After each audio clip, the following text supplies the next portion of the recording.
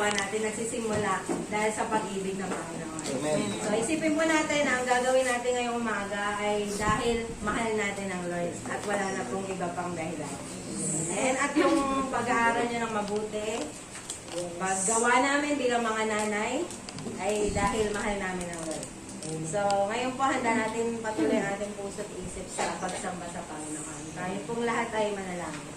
Yes, Lord. Salamat, Panginoon. Purihin ka, Lord. Maitaas ka sa aming kalagitnaan. Tunay, O Diyos, Ikaw ay dakilang Diyos na may-ari ng langit at lupa, Panginoon. You deserve all our praises and worship, Lord God. Panginoon, walang ibang maitataas sa kalagitnaan ito kundi Ikaw. Lord God, purihin ka. Let your kingdom come. Let your will be done on earth, in this church, Lord, in our lives as it is in heaven. Salamat, Panginoon, napupunain namin ang daong ito, Lord, ng aming pong pagsamba sa iyo at ng aming pagbubukas ng aming spirito, Panginoon, upang patuloy na tanggapin, Lord, ang iyong mga salita. Salamat, Panginoon. Ngayong umaga, have your way in us, Holy Spirit. Move in our midst, Panginoon, at patuloy kang maitaas, Panginoon Diyos, sa buhay ng bawat isa.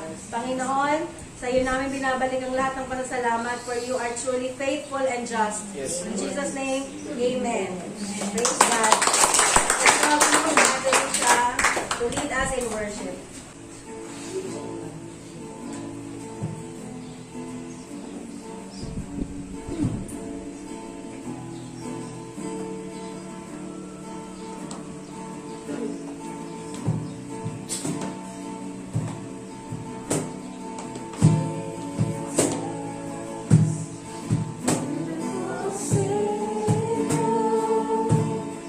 God of all majesty.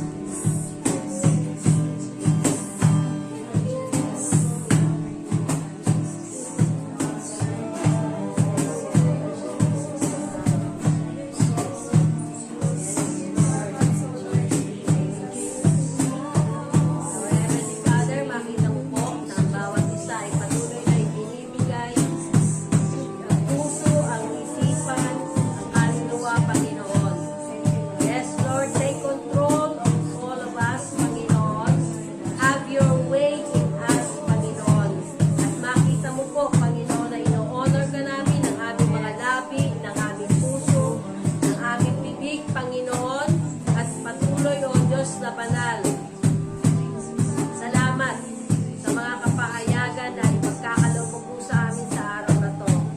Lord, dalangin ko po na ikaw ang patuloy na manguna, magpala sa bawat isang naririto na.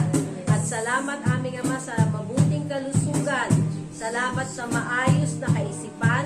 And thank you, Father God, na ikaw po ang patuloy na magbigay ng kapahayagan sa amin. Fresh manna from heaven, Panginoon, na patuloy po magpapalakas ng aming kaluluwa, ng aming puso. And thank you for this time of fellowship, Panginoon. Bless this household, Panginoon, at patuloy, O Diyos na banal, na ikaw po ang manguna at maluwalhati. Thank you, Holy Spirit. Have your way in our midst. At ikaw po ang patuloy na mangusap. Salamat, Panginoon. We will receive our portion for this day. This we pray in Jesus' name. Amen.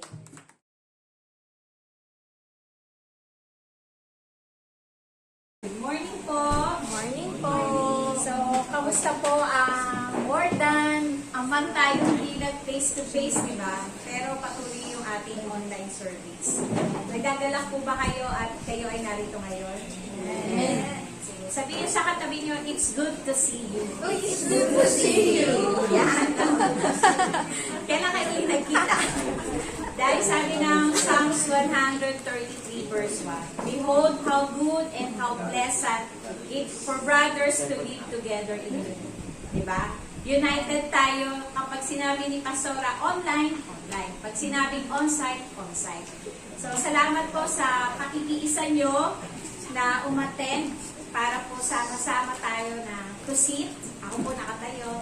To listen sa kung ano po yung bibigay ni Lord sa umaga nito. Amen?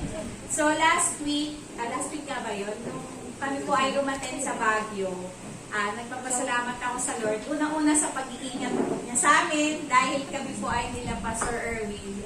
Sasakyan po kami. At doon po kami dumaan sa Kenwood. So, okay lang noong una. Kala namin hindi matarik. Pero habang papalapit na doon sa Baguio proper, patarik na siya ng patarik. At yung aming panalangin din, siguro ako personally, patindi rin ng patindi. Kasi lagot kami kay Eyo, baka magasgasan. Tapos nung nandun na kami, papunta na kami dun sa aming place na tutuluyan, mas matarik po pala yung aming tapos bako-bako pa. No, napaatras pa si Pastor Erin. Sabi ko, i-handbrake mo! Napagano kagad ako, bababa po. So, salamat sa Lord sa pag-iingat niya sa amin doon, sa pag-stay. So, sa lahat ng revelation na na-receive namin about the kingdom is, at alam ko sa mga susunod, ibababa po ito ni Pastora sa atin. Amen? So, tayo po muna yung manalangin. Hallelujah. Lord, maraming salamat sa umagang ito, Panginoon. Patuloy kami nagpapasalamat sa presence mo, Panginoon, sa aming kalagitnaan. Thank you, Holy Spirit, that you always being with us. Salamat, Lord, sa mga puso, sa mga naghahangad, Panginoon, ng makatanggap sa umagang ito. Dalangin namin, O Lord, na buksan mo ang aming spirito, ang aming puso, Lord, upang ma-receive, Panginoon, ang nais mo matanggap ng bawat isa. Alam po namin, Lord, that we have portion, Panginoon. Kaya, salamat, God. Patuloy mo kaming pangunahan. Patuloy, Lord God, na sinasaway din namin, Lord, ng any distraction, Panginoon, sa umagang ito. In Jesus' name. At patuloy, Lord, ikaw ang manguna, Panginoon. Ikaw ang mahayag. Ikaw ang mag-glorify, Panginoon. Thank you so much. In Jesus' name, Amen. So, ito pala. So, last week, inumpisa na po ni Pastora Susan yung kanyang topic. Diba? Yan ang yung topic ni Pastora kung nakapakinig po tayo last week. Tatandaan niyo po? Hi po. The Kingdom Invasion in the Marketplace. Hindi po kami nakapakinig ng umaga kasi nga birthday na ni Zoe. Nagtataka ako kung ano yung sinasabi niyo dun sa yung sa comment na buti nakapag-pray pa, buti umabot. Na ano tuloy ako na-curious ako. Pinanood ko kagad. Bakit ba? Yung pala nag-hi po. Pa-hi po ng agad. Sabi ko, kala ko internet namin, pabagal na yung internet. No, ayun pala si Oo, kasi paslow mo ng paslow. Pero salamat sa grace ng Lord kay Pastora Susan, di ba? Talagang, alam na natin paano siya mag-hype ngayon. Talagang, pabagal pala ng pabagal. At least hindi kagad yung isa, tulog kagad. So, yun. Kaya kayo, mga kabataan, yun ang mga babantayin nyo. Kapag medyo nag-i-slow na, yan. Kok. So, yun. Yung last week na tinuro niya is yung Kingdom Invasion in the Market Day. So, yun po yung introduction na ibinahagi niya sa atin. At madalas yung po itong maririnig kasi naka-series po kami ngayon, tatlo nila Elder Jumbo. So, ang gusto po namin na maiparating sa inyo po, yung kingdom na dala-dala po natin ng paghahari ng Diyos. Paano natin ito madadala sa marketplace kung saan nandoon po tayo. So, sabi nga, what is the kingdom of God? So sabi dyan, it is God's government, ownership, rulership over particular realm or domain. So ang paghahari po ng Diyos, spiritual po ito Yan. So malinaw na ang paghahari ng Diyos, spiritual. Kaya ang gusto ng Panginoon talaga, maibahagi natin dun sa tao na yung dala-dala mo na tinanggap ko na paghahari ng Diyos, mai-share po natin sa kanila. At wag din po tayo malilito pag isa nakikita natin yung Kingdom of Heaven tapos Kingdom of God. So sabi dyan, something to do with its impact in the place of environment kapag Kingdom of Heaven. Pero pag Kingdom of God, it's something to do with its influence in the life of a person. So kapag Kingdom of God, related to dun sa Lordship natin sa one-to-one. Kasi di ba sa Lordship, may new master. So kapag dumating sa atin ang Kingdom of God, ang paghahari ng Diyos, hindi na tayo yung mag-rule sa buhay natin, di ba? Kaya nga sabi dapat sa nagsasabi na nasa akin na ang paghahari ng Diyos, dapat may makikita ang pagbabago talaga. Hindi pwedeng walang mababago kasi bago na nga yung master. So merong mababago kasi ang Diyos na ang mag-rule sa buhay natin. Amen? Kasi iba yung way kung paano natin kontrolin yung sarili natin. Iba yung paraan natin, paano tayo mag-isip. So kapag dumating na yung Kingdom of God sa buhay ng isang tao, mababago talaga siya. May tangible na transformation ng isang tao. So sabi dyan ni Pastor Gilbert, when the Kingdom of God comes into the life of a person, he will be able to bring impact and influence to the environment around him, thus making earth like heaven. Yeah. So sabi nga ni Pastor Adon, kapag dumating tayo, mararamdaman nila, diba? Kasi meron kang bit-bit something in you na iba sa kanila. Yan. May impact ka, manonotice nila, ay, parang iba to. Diba? Example, halimbawa, merong mga disagreement, tapos dumating ka. Alam mo paano i-shift siya na magkakaayos. Hindi ba tipong pag dumating ka, makikisaw-saw pa tayo, ganyan. Kundi alam natin kung paano baguhin yung atmosphere. Kapag medyo may tension, yun. So, mapapayapa mo. So yung ganun, may influence ka dun sa environment. Sa taong merong Kingdom of God. Kaya nga sabi dito, why is the kingdom the central theme of Jesus' preaching? So kung nakinig po kayo sa SCB kahapon, so yung tinuro ni Pastor Bong, bakit nga ba ang central theme ni Jesus is about the kingdom? Kasi nagtanong siya, nagpapapremyo pa nga siya, walang nakasagot. Ano daw dahilan ng pagsilang ni Jesus? So, walang nakasagot. Dito ba may makakasagot sa atin? No? Ano ba? Ay, kung nakapanood kayo, masasagot naman. So, dito, kaya ang pinaka-central theme ng preaching ng ating Panginoong Jesus is the Kingdom of God. Kasi gusto talaga ng ating Panginoon na ipaunawa at ipakilala yung kingdom. Kasi nga, di ba sabi niya, ito yung dahilan kung bakit ako naparito. So yun. Hindi dahil para iligtas tayo dun sa cross. Kundi higit ba doon, ang nakakalungkot nga kahit ako nung una, yun yung pangunawa ko. Parang, dumating si Jesus, tinanggap ko si Jesus bilang Savior. Para iligtas ako dun sa impyerno. So hindi pala, dapat pagkasama yung Savior at Lord, di ba? Kaya kailangan talaga na pagharian tayo ng Panginoon. Hindi na mabasa yung iba, Sabi dito, God's original purpose in creating heaven and earth. So, dapat hindi lang natin memorize yung creation, day 1 to 7. kundi talaga maintindihan natin yung purpose ng creation. Diba? So, malinaw yung tinuro ni Pastora last week kung bakit kinreate yung heaven and earth. Malinaw po ba yung last week? Diba? Na kinreate ni Lord ang heaven and earth para sa tao. Yan. The purpose of preaching the gospel of the kingdom. Yan. The purpose of preaching the gospel of the kingdom. Una, it will bring the light of the glory of the gospel. Yan. Kaya every time na preach po ang kingdom of God, nagbibigay ito ng liwanag sa tao. Diba? Kaya tayo, kung meron tayong mensahe, dapat lagi, kingdom of God. Yan.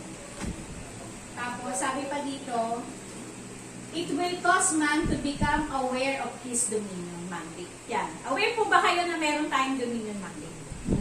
Yan po.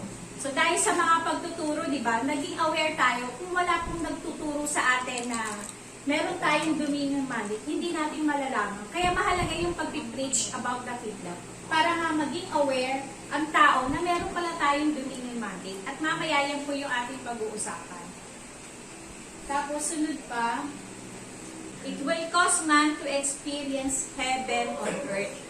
Gusto niyo po ba yun? Maranasan ng langit dito pa lang sa lupa. O gusto lang umuwi sa heaven agad?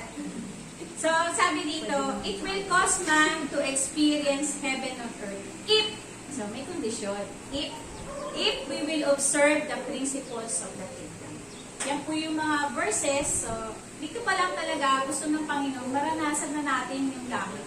Para hindi tayo nagmamadali umuwi. Diba? Sino dito kapag yung problemado? Nagpe-pray, Lord, kunin mo na ako. Diba? Minsan may ganun tayong panalangin. Kapag yung problema natin, hirap na hirap, may nararamdaman tayong sakit, gusto natin umuwi kagad. Hindi natin alam, dito, gusto ni Lord na maranasan na natin. Diba? Sabi nila, sa langit daw walang beer. Tama ba yun? Yung kanta, diba? Sa langit walang beer. Pwede ba dito? Pwede. Pag tinatagayan ka, tanggihan mo. Diba? Di walang beer. Tanggihan natin. Sabi nila sa langit daw walang sakit. Pwede ba dito na maranasan natin walang sakit? Diba? Pwede, di ba?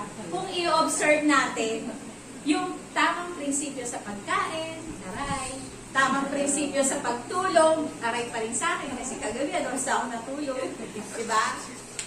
Tamang prinsipyo sa pag-exercise, yan. So, nung sa Baguio, medyo challenging po. Pag nagaya silang maglakad, sabihin ko, magta-taxi ako. Kahit ako lang mag-isa, magta-taxi ako. So, kasi alam ko, hinihingal ako, iba, pag maglakad ako, Sakit na ako. o yan, no, nagkasakit ko si Nico kasi kakalakad, tapos ayaw na pa mag-jacket sa Baguio. Ayan. So, yung mga ganon, pwede tayo hindi magkasakit kung i-observe natin yung mga tamang prinsipyo, di ba?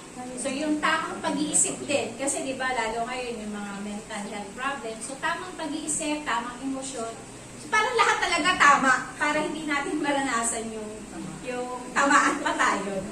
Sabi nga, yung key to stress-free life, yung mga prinsipyo talaga ng Lord, dapat natin i-observe. So, sabi pa dito, letter D, it will determine the end of the age. Diba? Kaya nga sabi ng Biblia, kapag na-preach na talaga ang gospel in all part of the earth, no, darating na ang pagkahari ng Panginoon dito sa lupa. Sabi dito, it is what will bring personal, communal, national, and global transformation. So, yan din po pa yung mga verse. Kaya nung sinabi nga ni Pastor Erwin kanina, yung last conference, no, share ko din po kasi na-amaze po ako dito kay shinare ni Commissioner Alpareño, kung tama po ako. Kasi nagpipicture-picture lang po ako, kaso ang labo po pala nung camera po. Hindi pa siya S23 stance, fully paid. Ay, ganun no? So, yung kanyang case study, kasi taga-UP siya, so mahilig talaga siyang mag-research. So, yung nagkaroon siya ng isang case study about dun nga sa what a local pastor can do in 125 years. Ang tagal, no? So, dun sa shinare niya, yung impact ng isang pastor dun sa kanyang community. So, ito ay nangyari noong 1900s. Yan. Sabi nga niya doon na mayroong isang lugar daw sa Western Visayas. Iloilo. Yan. Sino taga Iloilo dito? Yan. Baka alam niyo po yung kwento na to, no? Taga Iloilo na may isang grupo doon na mga pulahan, ano lang po to, konting, short story doon, no? Sabi doon na talagang hindi ma-conquer, no, ma-overpower ng mga Kastila, ng mga Amerikano. Pero itong isang batang pastor, naisip niya, kailangan nila Biblia. Yan. Natatandaan ko ang pangalan niya is Brayo Manikad, kung di ako nagkakamali. Kasi tinatry kong i-research, hindi ko makita din sa Google. So nakita niya na ang pangangailangan ay Bible. Sabi ko nung kay Jeb, siguro kasama to nila Dr. Jose Rizal. Kasi 1900s eh. Kasi sabi niya doon, 1904 siya. 19. Kasi si Dr. Jose Rizal namatay na siya. So, time din ng revolution eh. So, time din ng revolution. So, yung iba, nakita nila armas, di ba? Para talaga mapusa sila. Pero siya, yung kingdom mindset niya na ang kailangan nito, Biblia.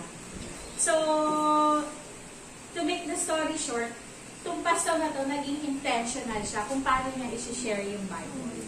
Napaka-strategic ng ginawa niya. Ginawa niya, umuwi siya ng Pilipinas.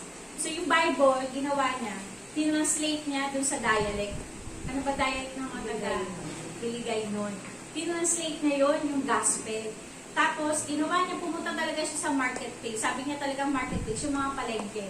So, nagbigay ng mga tracts, gano'n eh. Nagbigay ng mga Bible, kopya niya. Tapos sabi niya doon, in just 1 month, 13,000 ang na-convert. Grabe, di ba? 13,000. Sabi ko nung naririnig ko ngayon, sabi ko, wow, ginaigin 3,000, di ba? 13,000 ang na-convert. So, yung ating pag-share, talaga, may impacto. Kasi yung batang pastor, ang nag-share sa kanya, yung katulong nila. Diba? Tapos naalala niya, ang kailangan ng mga kapwa ko Pilipino is Biblia. So, wag po tayong mapagod na mag-share.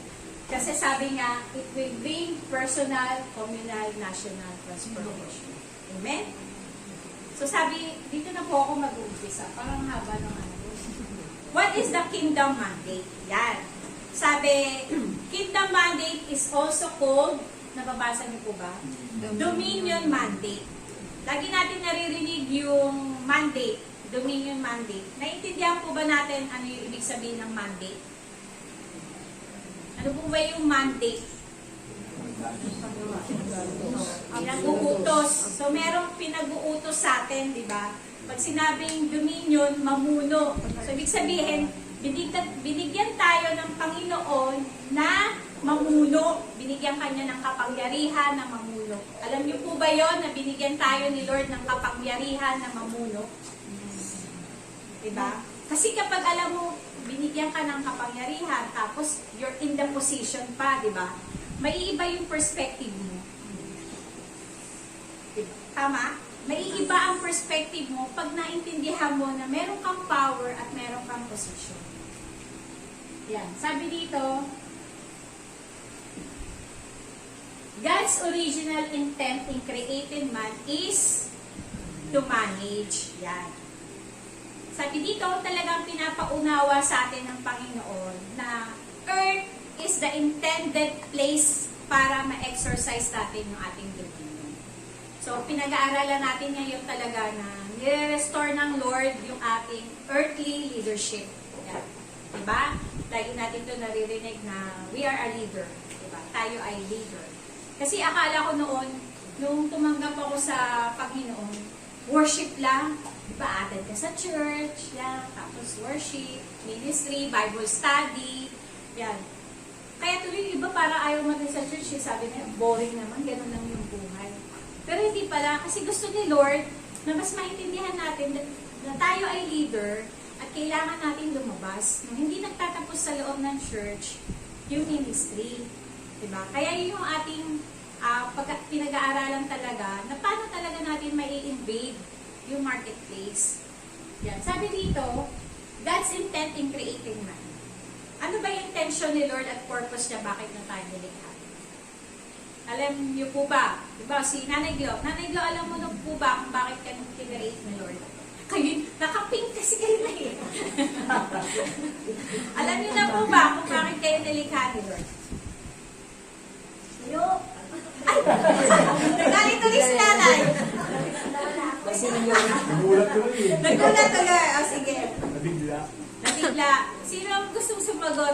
nyo na yung purpose niya kung bakit siya nilikha ni Lord. Nakinabasa mo. So, kanina, sabi natin, ang intent ni Lord kung bakit nilikha ang heaven and earth is para sa tao. So, ang tao, para saan naman? So, talagang patuloy na inihahayag ng Lord kung bakit tayo naririto. Diba? May deeper reason si Lord kung bakit ka nabuhay. Ako nga lagi kong testimony, diba? 3 beses ako gustong ilaglag ng nanay ko. Hindi ako malaglag. Ayun pala, tatayo kasi ako kayo doon. Yan. Amen? So, may purpose yung buhay natin. Kaya wag natin minsan isipin na bunga lang ako ng isang pagkakamali eh. O kaya bunga lang ako ng isang sumpa. O kaya bunga lang ako ng kaparosahan. Yan, di ba? O kaya bunga lang ng kapusukan. Di ba? O bunga tayo ng pagmamahala ng dalawang tao. Yan. So, isipin natin lagi may deeper purpose si Lord at yun yung ating patuloy na pinapaunawa ng Lord. No? Ano yung reason ni Lord? Sabi dito, yan, kaya hindi ko kagad pinindot. Para to reflect His character, yung image na and function, yung likeness. Pakibasa po yan, Genesis 1:26. Then God said, "Let us make man in our image, after our likeness, and let them have dominion over the fish of the sea, and over the birds of the heavens, and over the livestock, and over all the earth, and over every creeping thing that creeps on the earth." So dito, sabi, the precondition of dominion mandate is the possession of image and likeness of God in him. So it is what will guarantee that man will be able to exercise dominion accurately. So dito no, nagbigay pa si Lord ng requirements or qualification, but para mag-guarantee talaga na makapag-exercise tayo ng dominion mandate. So ano yung gusto ng Lord or requirements ni Lord para tayo makapag-exercise ng dominion mandate? So yung kanyang image at yung kanyang likeness. Diba? Kailangan nasa atin yung quality ni God. Yan. At paano ba natin malalaman na nasa atin na yung quality ni God? At yung function niya? Alam niyo na po ba kung paano nyo nalalaman na nasa atin na yung quality ni God? Paano tayo mag-relate sa tao? Diba? Uy, parang nakita ko na si Jesus sa'yo. Ang bait mo. Diba? O baka kaya sabihin, demonyo ka! No, ano kaya na mas nababanggit? Sabi dyan, kailangan ma-reflect natin yung image at yung likeness ng Panginoon. Sabi dito,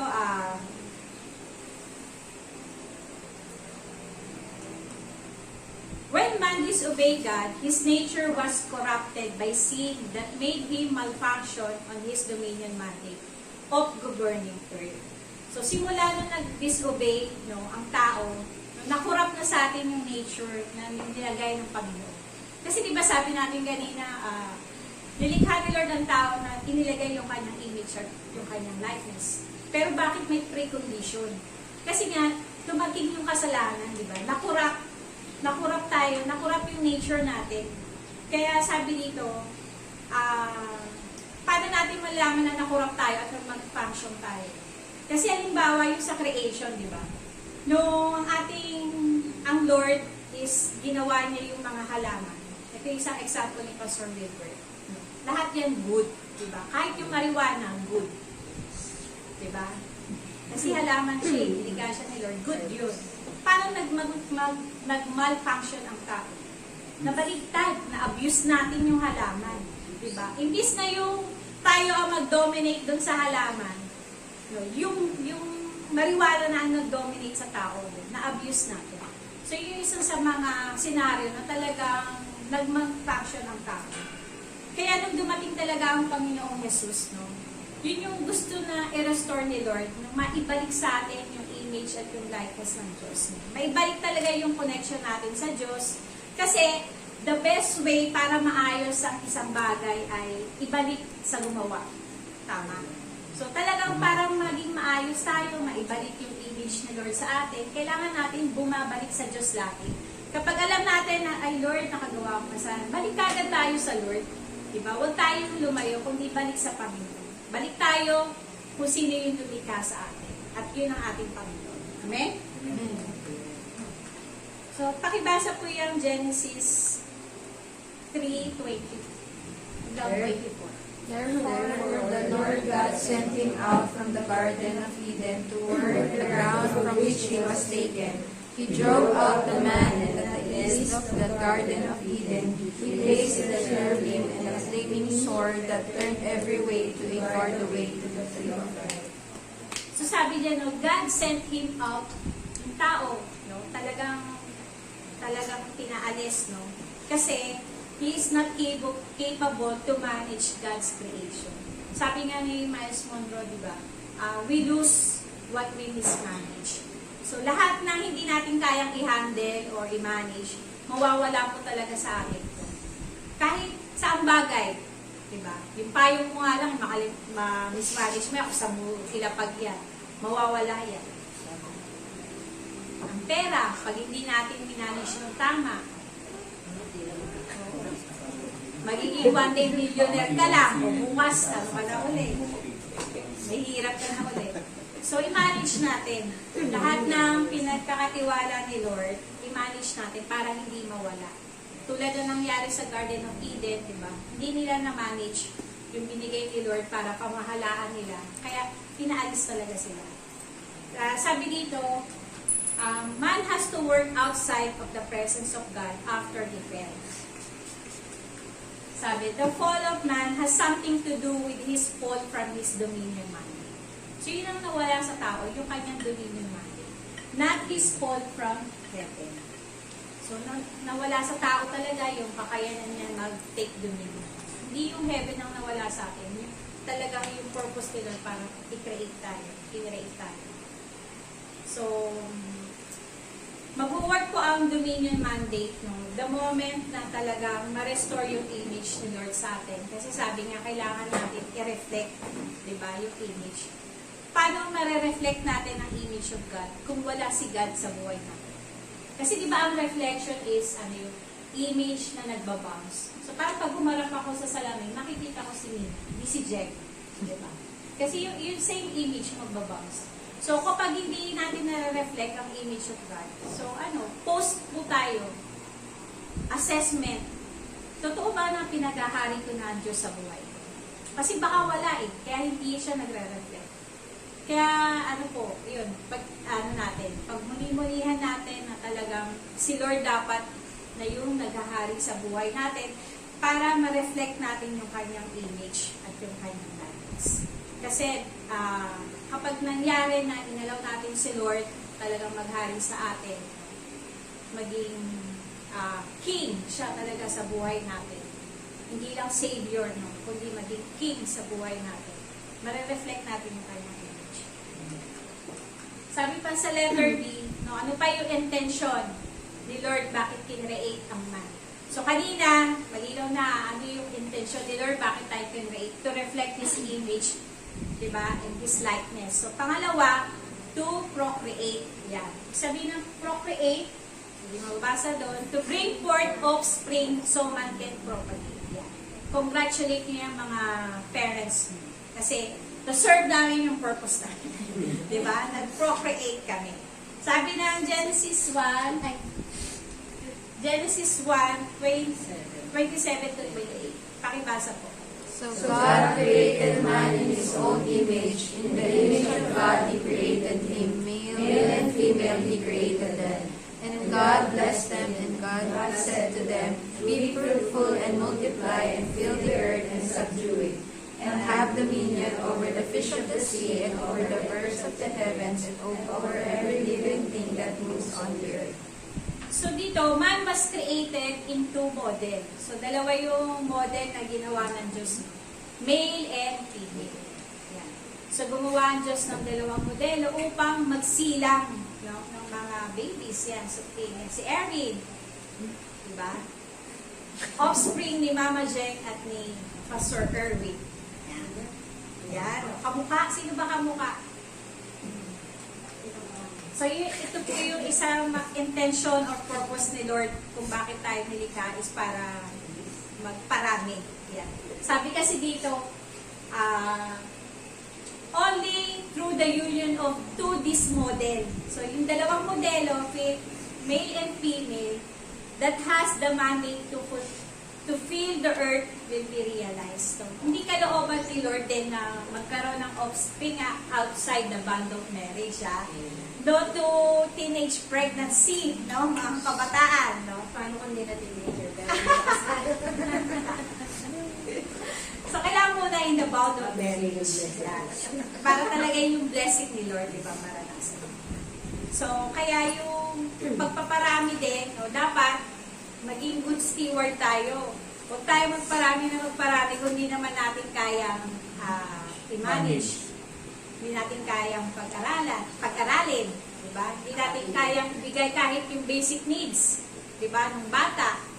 So, kailangan, pag mag-anak tayo, maging good provider din tayo sa kanila, sa mga anak natin. Tama? So, sa magiging magulang, no? Ano nyo ba yan? Ang tawag doon, family planning kung ilan.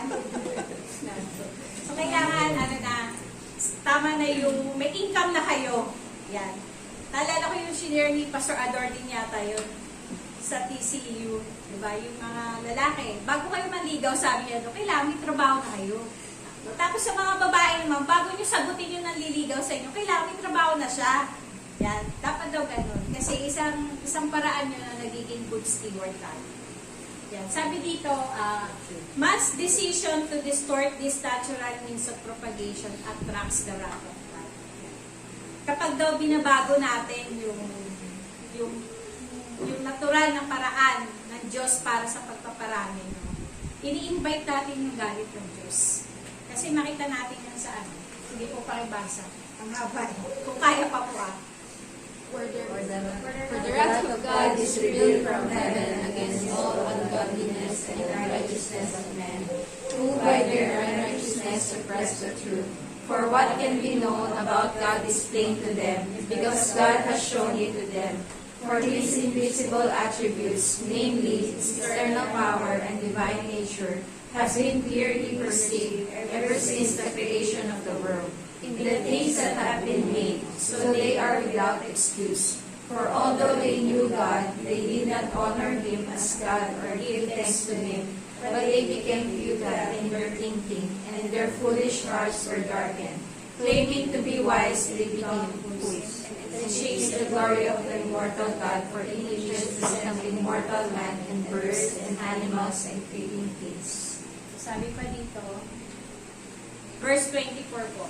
Therefore God gave them up in the lust of their hearts to impurity, to the dishonoring of their bodies among themselves, because they exchanged the truth about God for a lie, and worship and serve the creature rather than the Creator, who is blessed forever. Amen. For this reason God gave them up to dishonorable passions, for their women exchanged natural relations for those that are contrary to nature. And the men likewise gave up natural relations with women, and were consumed with passion for one another, men committing shameless acts with men, and receiving in themselves the due penalty for their error. So, basahin po ng mga kabataan. Tagalog po. Yan, para smart. Practice ng pagbabasa ng Tagalog. Mga kabataan, ng Diyos mula sa langit ang kanyang poot nang sa lahat ng kasamaan at kalapastangang ginagawa ng mga tao na siyang pumipigil sa kanila para malaman ang katotohanan tungkol sa Diyos. Sapagkat ang katotohanan tungkol sa Diyos ay kalinaw sa kanila dahil ihayag ito sa kanila ng Diyos.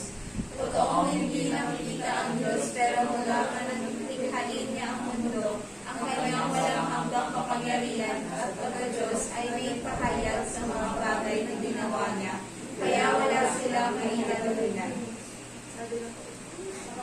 meron pa. Yan. At kahit alam nilang may Diyos, hindi nila siya pinangarangalan. Ulit, ano yun? Pinangarangalan. Pinangangalan.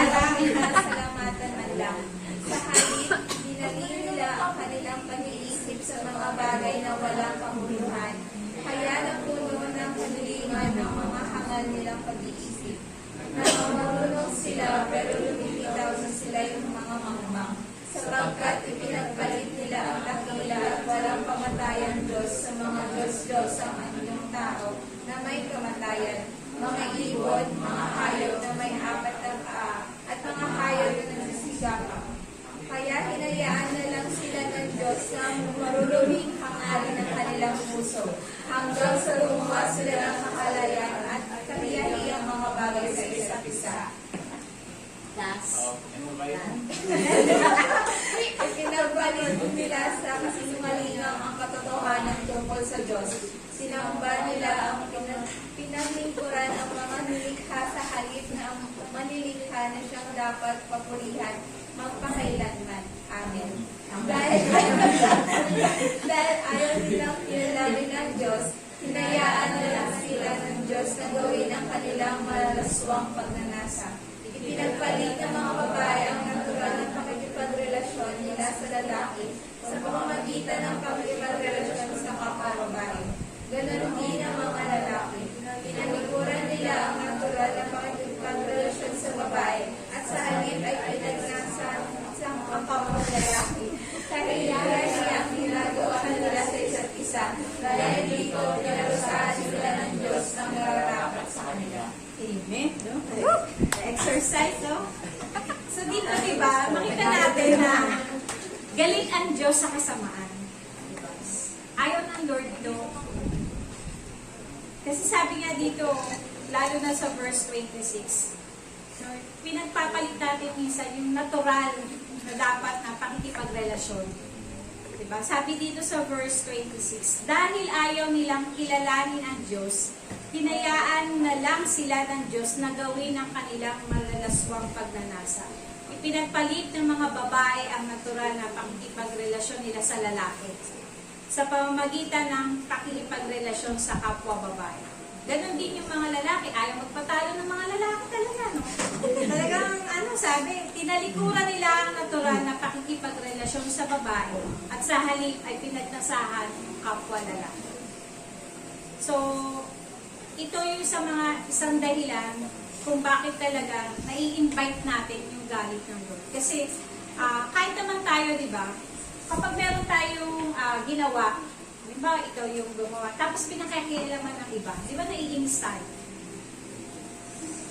So, ganun din ang Panginoon. Ayaw ni Lord na dinidistort natin yung kanyang natural na paraan, no, sa pagpaparami. Kasi sabi nga, isang way talaga para makapag-procreate, no, ang tao, ang intent niya talaga is yung dalawang modelo, yung babae at yung lalaki. Pero sa pilit na iniiba natin, talagang nagiging sanhi talaga or ini-invite natin yung wrath ng God. Lalo na nasa generation talaga tayo na kakaiba na, di ba? Natatampered na talaga kung ano yung gusto ng natural na modelo ng Lord. Sabi pa dito, kaya dito wala naman, di ba? Sumagot. Sabi dito, another aspect of procreation is that just like God, man has the ability to create something out of nothing. Diba kaya nga maraming mga inventor, diba? So, marami silang na-create ng mga bagay na wala pa. Kasi talagang nilikha tayo ni Lord para maging creator. Sabi pa dito, most of the things God created are just raw materials for man to create something that are beneficial to man.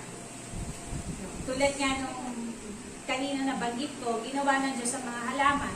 Beneficial ito sa atin, di ba? Nagiging pagkain, medicine, di ba?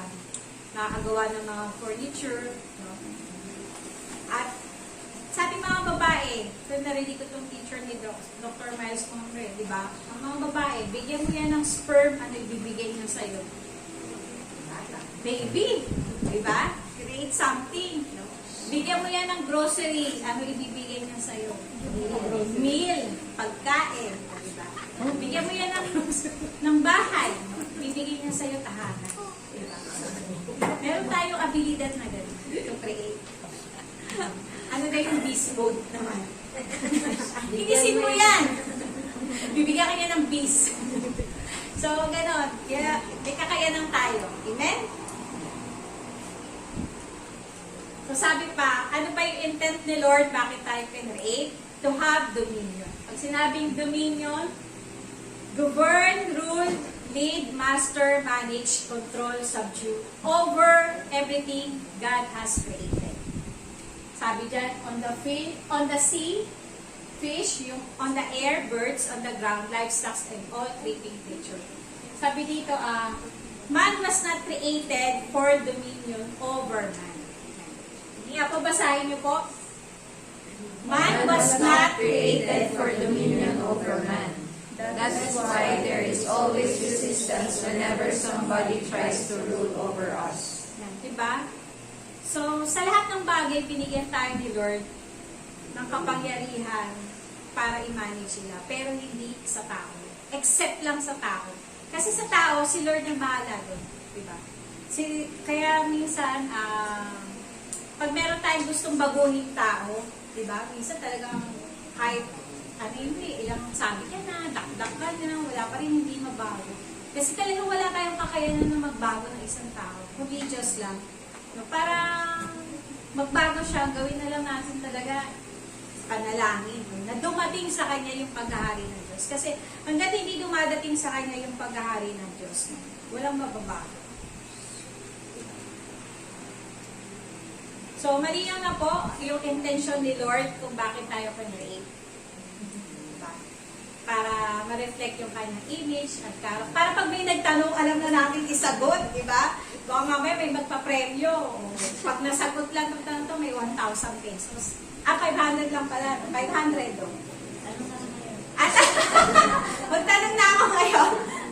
O sige, may tanong ako ngayon. Ano yung components ng Dominion Living? Wala pa yun. Ayaw kasi magbigay ng 500. No? So, malinaw na ang intention ni Lord kung bakit tayo create is para ma-reflect natin yung kanyang image at yung kanyang likeness. Yan. Sabi ko kanina, hindi natin ma-reflect ang image ni Lord hanggat wala si Lord sa buhay natin. Kasi walang magbabounce back. Tapos isa pang intent ni Lord kung bakit tayo create is para magpadami, mag-procreate. Yan. So, isa, dalawa, kung basta yung kaya nyo i-manage. Tapos sa sunod, para magkaroon tayo ng dominion. So yung number 2 natin is components of dominion living. So ano ba yung nakapaloob sa dominion living? Ano ba dapat natin nakikita na masasabi natin, namubuhay na siya in dominion. So sabi dito, a life that blessed by God. Sabi po ng Genesis 2 verse 7, Then the Lord God formed the man of dust from the ground and breathed into his nostrils the breath of life, and the man became living creatures. So yung God's breath, ito yung naging dahilan para na inilagay ni Lord sa atin yung kanyang spirito para masabi na tayo ay living creature. Kaya kapag ang buhay natin talaga na yan, wala pa ang banal na spirito, sa harap ng Panginoon, patay tayo. Ito po yung na-miss nga ako Ito yung distinctive features na nilagay ni Lord sa atin na wala sa ibang creation. Diba? Nung nasa Baguio ako, na-amaze ako sa ganda ng klima doon, sa ganda ng bundok. Diba? Yung mga halaman doon, yung mga pine trees, ang gaganda. Nakaka-amaze. Diba? Pag nasa dagat tayo, na-amaze tayo, paano hindi nagsasama yung kulay blue na tubig, tapos yung kulay green nung nasa Cebu kami. Nakaka-amaze. Pero mas nakaka-amaze ang tao kasi may distinctive features tayo na wala sa mga yun. Kahit yung bundok pa na pinakamataas, pinakamalalim na dagat, walang spirito ng Diyos yun. Diba? Kahit pinakamabilis na hayop, walang spirito ng Lord yun. Diba? Pero tayo, nilagay ni Lord yung spirit sa atin. Kaya lagi tayong be thankful pag-isip natin kasi napaka-unique ng pagkakalikha ng Diyos sa atin. Amen?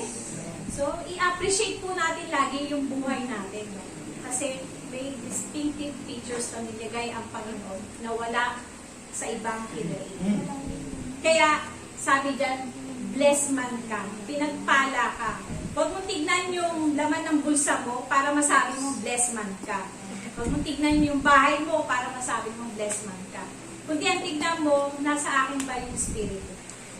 Blessed ka. Kasi sabi ni Pastor Wilbert, it is the Spirit of God in man that make him blessed in everything, in every way. So yung God factor sa buhay ng isang tao, yung mag-manifest yung spirit-filled life, di ba? So yung material things, susunod na lang yan. Sabi nga ni Pastor Adol, una-una lang, sunod ka na. Yan. Diba? Kung wala pa, Lord, sunod na ako Sabihin natin sa Panginoon, Lord, sunod na ako. Next. Diba?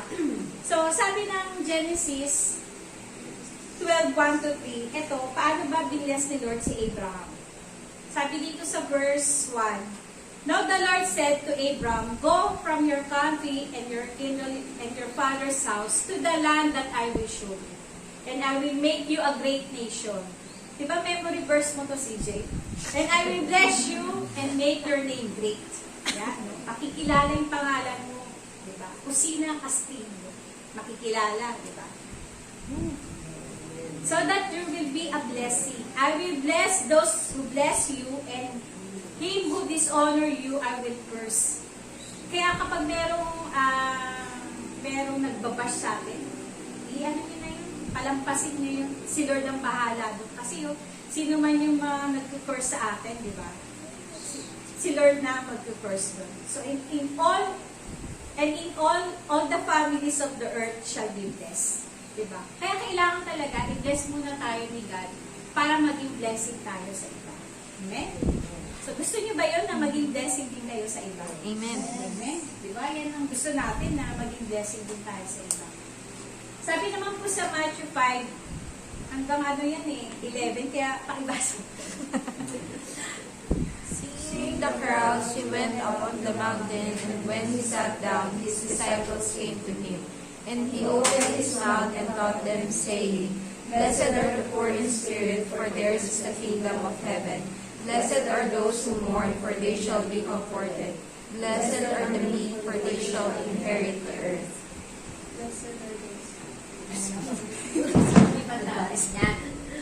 Blessed are those who hunger and thirst for righteousness, for they shall be satisfied. Blessed are the merciful, for they shall receive mercy. Blessed are the pure in heart, for they shall see God. Blessed are the peacemakers, for they shall be called sons of God. Blessed are those who are persecuted for righteousness' sake, for theirs is the kingdom of heaven. Blessed are you when others revile you and persecute you and utter all kinds of evil against you falsely on my account.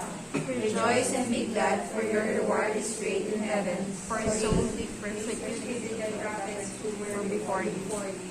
So itong Beatitudes, ito po yung ugali, behavior na dapat na nakikita sa isang taong blessed. Kasi di ba sabi natin, taong blessed, isa sa kanya yung spirit. So, dapat ito yung maging behavior natin. Yan.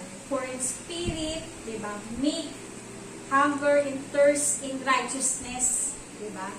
Merciful, pure in heart, peacemaker. Yan. Sabi pa dito, persecuted for righteousness. No, hindi tayo na-persecute tayo sa mali natin ginagawa, kundi sa pag-pursue natin ng righteousness.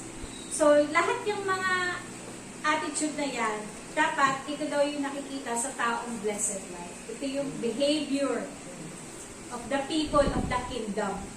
Yan. Dapat peacemaker ka, hunger ka for righteousness. No?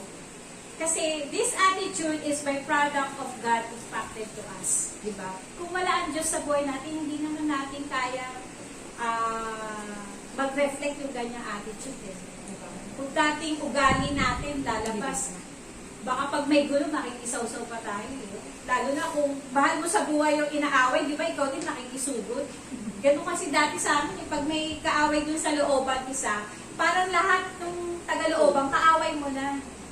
Parang sa mga fraternity din, diba ganun? Isa lang kaaway mo din, pero buong grupo. So dahil nga, tayo ay binago na ng Diyos, pinaghaharian ni Lord, nasa atin ang Espiritu. So, itong mga behavior na binasa natin, yan na dapat yung magmamanifest sa atin. Amen? So, yan po yung isa sa mga components ng blessed life, di ba? Yung God Spirit na in-impart sa atin ng Panginoon. Sabi nga, the only power we need to have a righteous living is the power of the Holy Spirit. Walang ibang kapangyarihan ang kailangan natin para makapamuhay tayo in righteous living, kundi ang Holy Spirit. Amen? Lagi itong sinasabi kay Eyo ay pogi. Pogi? Di dahil sa pogi siya. Anong sabi ni Pastor Wilson na pogi? Tatatandaan niyo yun? Presence of God inside. Diba? Lalo na pag gano'n yung nata-traffic kami, tapos, pogi. So, sinasabi ko din po ito sa sarili ko. Pogi. Pogi. Ang mukha ko si JB. So, pogi. Presence of God inside. Sa ano pa ang component ng dominion living? Life that is fruitful, productive. Sabi, anong dapat na bunga na meron tayo? Fruitful in good works.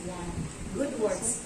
Sabi po ng Ephesians 2:8-10, For by grace you have been saved through faith, and this is not your own doing.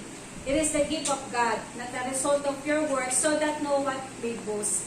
For we are His workmanship, created in Christ for good works. Diba? Kinreate tayo for good works, which God prepared beforehand that we should walk in them.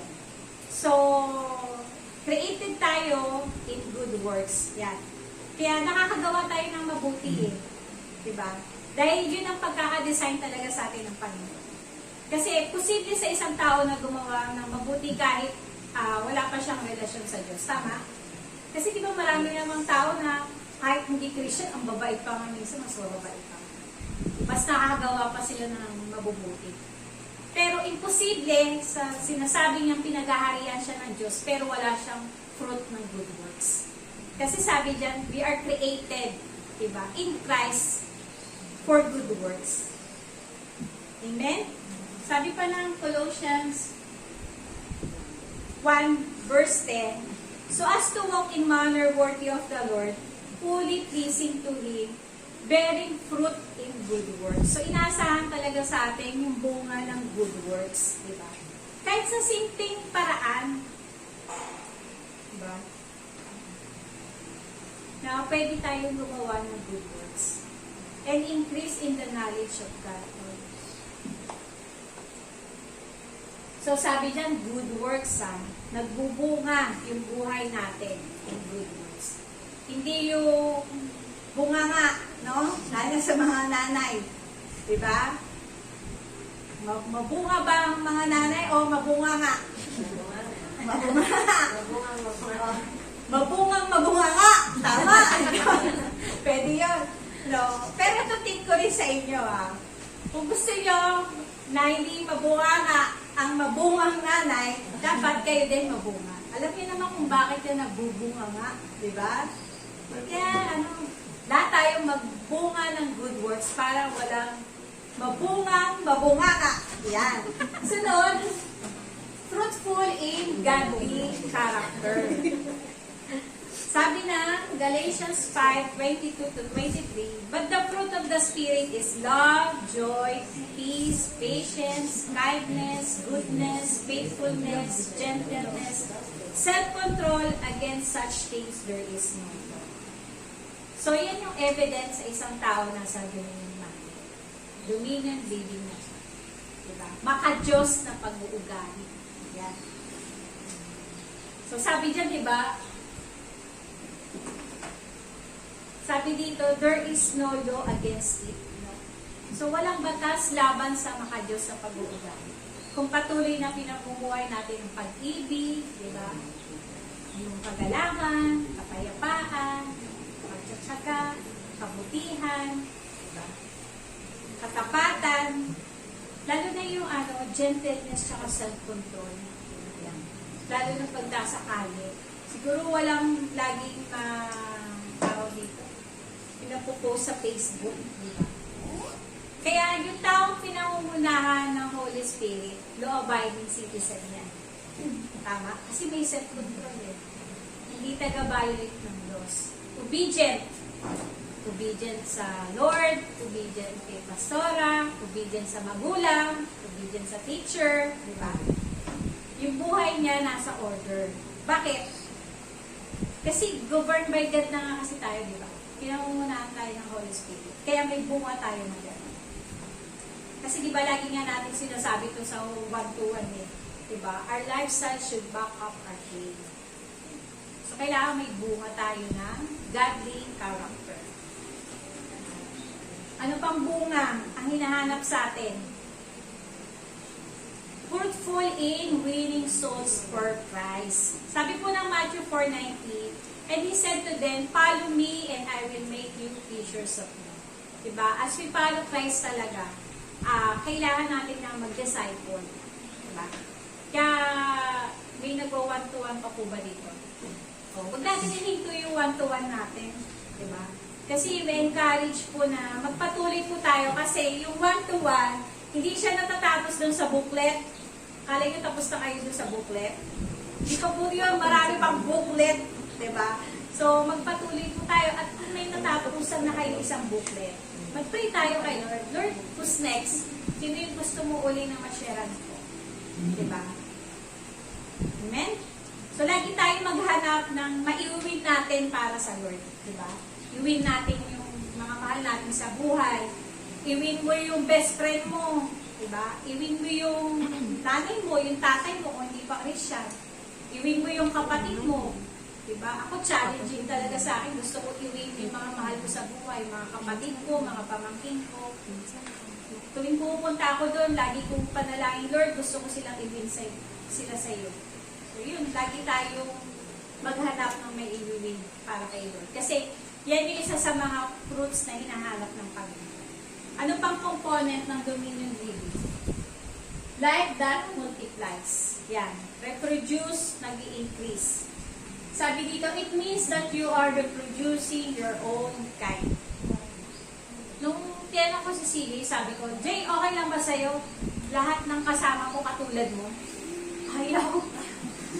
Sabi ko, hindi. Diba? Kasi sabi dito, it means that you are reproducing your own kind. What do you think the world would look like if it is with the people like you? Ano sa palagay, halimbawa ako, sarili ko, ano kaya yung mundo? Ay, ang ganda. Wow! No, lahat intera ng gold. Diba? Wala nang bibili. Diba? Yung parang sa alam mga networking, napipictures nyo ba yung mag sa networking? Ikaw, tapos may dito ka, may A ka, may B ka, tapos yung A mo, may A and B ulit. So, ganun daw dapat tayo nag-reproduce tayo. Diba? Kasi dapat, matutunan talaga natin, bagay series to, ituturo talaga paano natin na makakapag-influence sa kanila na hindi nila mararamdaman na kinokontrol natin sila or pinapangunahan. Diba? Masasatisfied ba kayo kung puro kayo? Hindi pa, no? Diba? Napupunuin natin, i-increase natin, i-reproduce natin yung sarili. Kaya maganda, bago talaga natin i-reproduce yung sarili natin, tama na tayo. Diba? Amen? Para hindi tayo tamaan yan, sabi ni Pastor.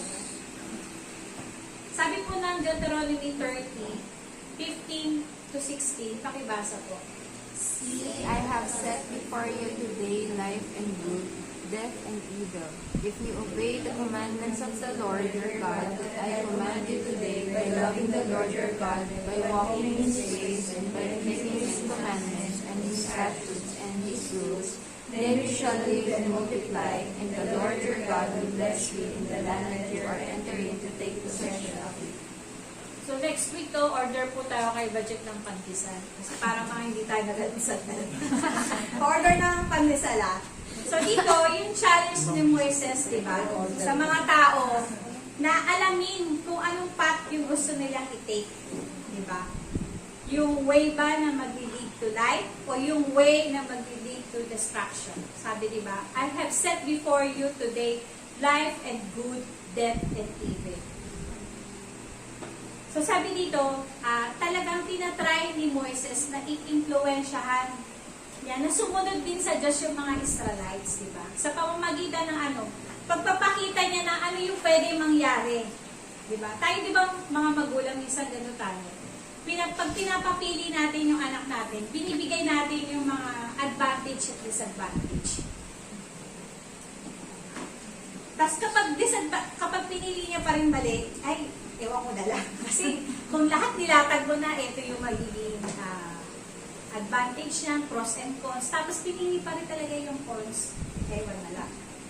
Kaya sabi dito nga, I have said before you today. So, ganun din, araw-araw, no? Piliin natin yung God's way. Diba? Everyday, pag-gising natin, Lord, pinipili ko yung way mo.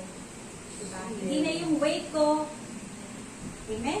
Amen. Sabi nga, if we choose to obey all commandments, no partiality, all, kasi sabi all all commandments, hindi natin pipiliin kung ano lang yung gusto natin sundin. Diba? Tapos, ano sabi? Then you shall live and multiply. So, yun ang pangako ng Panginoon kapag sinusunod natin yung kanyang mga utos. No? Sabi, you shall live and multiply. Sabi po ng Romans 8:29, for those whom He foreknew, He also predestined to be conformed to the image of His Son, in order that He might be the firstborn among many brothers. So, alam na ni Lord kung sino yung sa kanya at hindi. Kaya minsan huwag tayo na-stress kung ayaw talagang tumanggap sa Panginoon. Diba? Kahit anong share, huwag na natin, basta naibigay natin yung mensahe na gusto ni Lord na sabihin sa kanya. Huwag tayo na-stress kung ayaw pa sumunod. Kasi alam na ni Lord kung sino yung sa kanya at hindi. At sa mga tao na sa kanya, no, walang ibang standard o pattern na binigay si Lord, kundi ang Panginoong Jesus. Na dapat natin tularan. So ano pa? Life that feels. Sabi, occupy, supply, and complete. It means, sabi dito, it means that you give your supplies to complete. So, hindi tayo takers. Di ba? Hindi yung puro pakabig. O, minsan, ikaw naman yung magbibigay. Di ba? Sabi, your influence spread and that leads you to occupy and extend your territory. Sabi ng Luke 9, bilisan ko na po kasi malalobat na ako. And he called his 10 servants and delivered them 10 pounds and said to them, occupy till I come. Yan. Sabi po ng New King James Version, so he called 10 of his servants, delivered to them 10 minas. 10 ako. Nag-reproduce kagad ako, no? Said to them, do business till I come. So, maging good steward po talaga tayo sa mga pinagkatiwala ng Diyos sa atin. Sabi dyan, do business till I come, occupy till I come. No, gawin natin yung work hanggang hindi pa dumadating ang Panginoon. Amen? So, magpapatuloy po tayo sa paggawa talaga. Isaiah, parang napasobra. Luke 19, tapos letter E, life that subdues, conquer and overcome. Yan. So, isa pang tangible sa buhay na isang namumuhay in dominion. Hindi siya nadadaig. Diba? Yan yung mga katabi nyo, overcomer yan. Amen? Mga overcomer, diba? Sa kabila ng mga problema, andyan yan. Hindi nadaig ng problema, diba? Hindi nadaig ako ng kaba. Alam niyo ba, sobrang sakit ng tiyan ko bago ako pumunta dito. Kasi sabi ko kay Eyo, ano ba yan? Magpe-preach na ako ba magdadrive? Tapos pagsilip ko po doon sa paglabas ng gate namin, dumating yung isang sasakyan, kahapon wala yun. Tapos may nag-park pa ng motor, tapos yung sabi ko, this color, sabi ko kay Soy, nakailang punta po ako ng CR. Sakit ng tiyan ko, pero walang lumalabas. No? Tapos paglabas pa namin, ang dami nakapark. Dati wala naman. Talaga naman. Sabi ko, Lord, kailangan ko ma-overcome to kasi ito yung dominion living. Sabi ko, alam ko, pray ng pray yung dalawa kong anak. hanggang makarating kami dito. So talaga, overcomer. Yan ang pinaproblema ko ngayon. Pagbalik ko. Sabi ko, paano ko ipapark? Kanina ko pa po iniisip, pero sabi ko sa Lord, Lord, tatapusin ko muna mag-preach. Bago ko parumahin, paano magpa-part. O kaya, sabi ko kay Jen kanina, o kaya maghanap ako ng lugar kung saan kami tatambay mag-iina. Ganun kami sa inyo. Diba? Hallelujah, talaga. Overcomer. Kailangan natin i-overcome, daigin natin, lahat ng bagay na maghihinder sa atin para huminto. Amen? Problema, sakit, ano pa? Kawalan, di ba?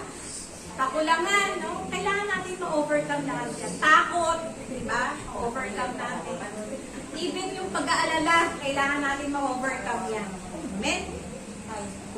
So sabi ng Deuteronomy 1:8, See, I have placed the land before you. Go in and take possessions of the land which the Lord swore to give you to your fathers, to Abraham, to Isaac, and to Jacob, and their descendants after. So go in. Kailangan natin mag-move forward. Kailangan ko kaninang tapakan yung gas at ilagay sa drive. Kasi kung hindi ko ginawa yun, magko-commute po kaming mag-iilan. Inisip ko lang nga pong yayain silang mag-commute talaga. Kailangan, nahiya din ako doon sa mga kapitbahay ko doon sa labas. Sasabihin na naman nila, oh, di ba may sasakyan kayo, naglalakad ka na naman. Nahiya ako doon yung sinasabi nila yun eh. So yun talaga, kailangan mag-move forward. Yan. Sabi po ng Isaiah 54, verse 17, pakibasa po. No weapon that is fashioned against you shall succeed, and you shall refute every tongue that rises against you in judgment. This is the heritage of the servants of the Lord, and their vindication from me, declares the Lord. No weapon, di ba? Kaya ang Lord mismo ang magtatanggol sa atin, di ba? Siya yung magja-justify sa'yo. Hindi tayo kayang sirain ng mga marites dyan o ng mga basher. Diba? Kahit feeling mo parang nasisira ka din. Diba? Sa ginagawa nila. Sa mga sinasabi ng tao sa'yo. Sabi ko nga kay Jen, sabi nyo kay Bea Alonso yun. Hindi ko nga narinig kay Bea Alonso yun. Time is the ultimate terror. Ang Diyos ang magtatanggol sa atin. Amen? Kasi ito yung heritage nyo. Sabi diyan, no weapon that is fashioned against you shall succeed, and you shall refute every tongue that rises against you in judgment. This is the heritage of the servant of the Lord, and their vindication from me, declares the Lord. No, kung yung hari na magtatanggol sa'yo, di ba? Sino pa ba lalaban sa'yo? Hari na yung nagtatanggol sa'yo. Sabi dito, your life becomes sign and wonder for others because you keep on advancing and prospering even in the midst of crisis. Diba? Yung magugulat yung tao sa nangyayari sa buhay. Wah, buhay pa to! Wala nang makain, walang trabaho, diba? Buhay pa! Diba? Yung testimony natin, diba lalo na nung pandemic, diba? Naranasan talaga natin yung supernatural provision. Yung merong magsasabit sa gate mo, o may iniwan kami sa iyo ba? Diba yung testimony ni Pastor Wilbert? Napagawa niya yung Goshen during the time ng pandemic. So, ang dati niya mangha at may mga nainggit din. Diba? So, yung magugulat sila sa paano kumilos ang Diyos sa buhay ng mga citizens of the kingdom. Diba? Sabi nga dito, Dominion living is characterized by being unconquerable and unstoppable in advancing the kingdom. Amen? So, unconquerable tayo. Unstoppable, walang magpapahinto sa atin. Kahit na ilipat dito ang church sa Molino. Diba? Nung una, syempre nahihirapan, di ba? Kasi hindi tayo sanay na nandito. Pero ayun, nasasanay na tayo. More than a year na ba tayo? O mag-iisang taon pa lang. Walang makakapag-stop sa atin. Amen? So, today, nawa po naging malinaw sa bawat isa yung kingdom mandate. Na tayo ay binigyan ng kapangyarihan ng Diyos upang mamuno. Diba? Kaya dapat makita sa atin yung blessed life, yung fruitful life, yung maging productive din po tayo. Hindi puro yung worship, sabi nga ni Pastor Belica, Diba? Minsan yung pagkakamali natin before. So dahil gusto lang natin mag-worship, nag-resign sa trabaho, tapos pagdating sa bahay, worship pa rin, hindi na tumulong kay nanay, kay tatay, kasi nag-worship ako eh. So hindi, dapat maging productive pa rin po tayo. Nasaan tayo? Ano pa? Dapat yung dominion living talaga, makita sa atin. Blessed life. So ang blessed life pa, hindi siya lang nakatuon sa material na bagay, kundi yung Espiritu ng Diyos ay nandun sa tao. Blessed life yun. Ha? Tandaan niyo yung distinctive features ng tao. Meron siyang Espiritu. Amen? So dapat namumunga tayo, no? Hindi na tayo yung mabunganga, kundi namumunga in good works, in godly character, at winning souls. Amen? Sige po, tayo po tumayo. Let's pray. Yes, thank you Lord Jesus. Hallelujah. Panginoon, maraming salamat sa oras na to, sa pagre-reveal mo Lord ng truth na binigyan mo kami ng kapangyarihan upang matulong. Patuloy namin Lord na maunawaan ito Panginoon para Lord mabago yung perspective namin kung sino kami Panginoon sa iyong harapan. Salamat Lord God sa bawat isa Lord na tumanggap na yung salita. Patuloy Lord na mailagay ito sa aming spirito, Lord, at huwag kami maging hearer lang, kundi maging doer of words mo po kami. Amen. Salamat, Lord, sa Spirit-filled life, Panginoon, dahil alam po namin, O God, na ito yung kailangan namin upang magkaroon kami ng godly character, Amen. upang, Panginoon, magkaroon kami ng dominion man, living, Panginoon, na kung saan makapabuhay kami, Lord, na hindi kami kayang ipahintog sa mga problema, ng sakit, Lord, ng mga dagok sa buhay, ng mga pag-alala o pagkatakot, Lord. We will be unstoppable, Panginoon, dahil inilagay mo sa amin, Lord, ang iyong Spirito, Panginoon. Maraming salamat, O God, sa bawat isang narito, Lord God. We continue, Lord, to declare that no weapon forms against us shall prosper, Amen. Panginoon. Because, Lord, we are an overcomer, Panginoon. We are more than conqueror, Panginoon, dahil sa ibinigay mo sa amin, Lord Jesus. Amen. Thank you, O God. Patuloy magpalain ang bawat isa, O God, sa buhay namin, Panginoon. At wag din po namin kalimutan na mag-win ng souls para sa iyo, Panginoon. Thank you so much. This is our prayer in Jesus' name. Amen. Amen. Po, salamat sa Panginoon. Naalala ko lang yung isang famous quote. Nakalimutan ko kasi yung nagsabi. Pero sabi doon, the greatest man is not the one who has conquered the world, but the one who has conquered himself. So, hindi daw tayo tinawag para madominahan yung ibang tao.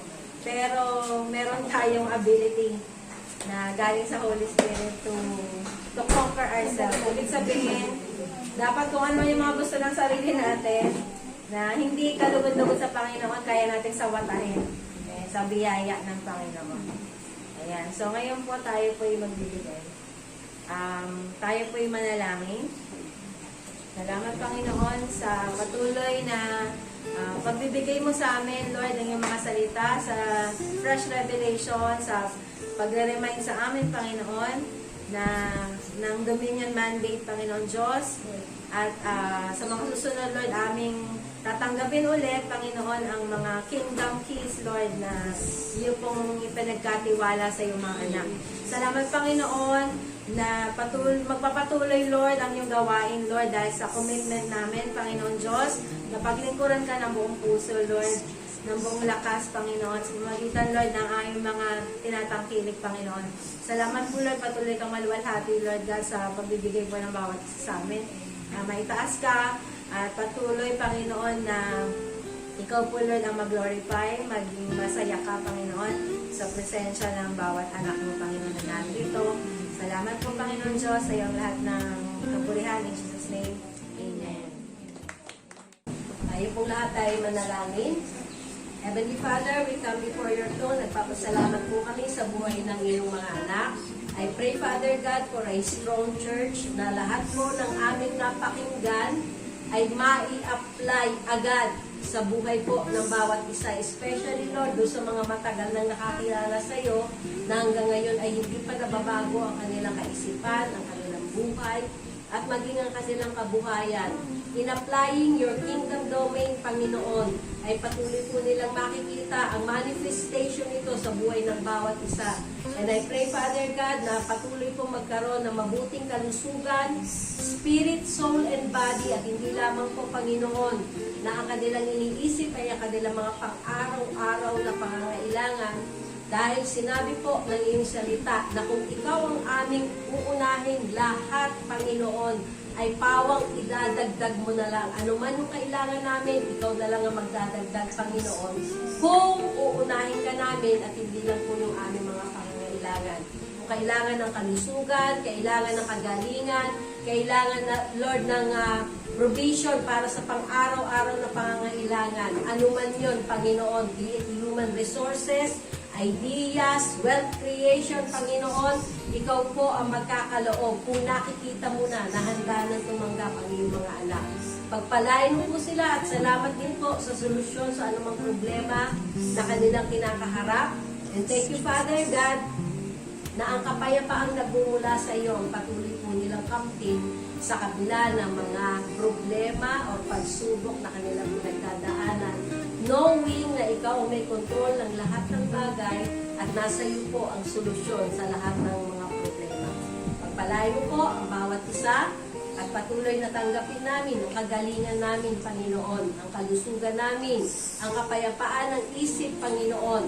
And thank you, Lord, na ikaw ang Diyos na aming pinagtitiwalaan, for you are trustful, you are worthy to be praised, Panginoon, dahil ikaw ang nangako na hindi mo kami iiwan, ipababayaan, at tapat ka sa iyong pangako, Panginoon, na tutuparin ito. Salamat po sa iyo pong iglesia. This is your church, and these are your people, Panginoon. Makita mo po, Panginoon, hanggang sa pagbabalik mo, nananatili silang tapat at patuloy po, Panginoon, na sumasamba sa iyo sa Espiritu at katotohanan. This we pray with thanksgiving in Jesus' name. Amen. Amen.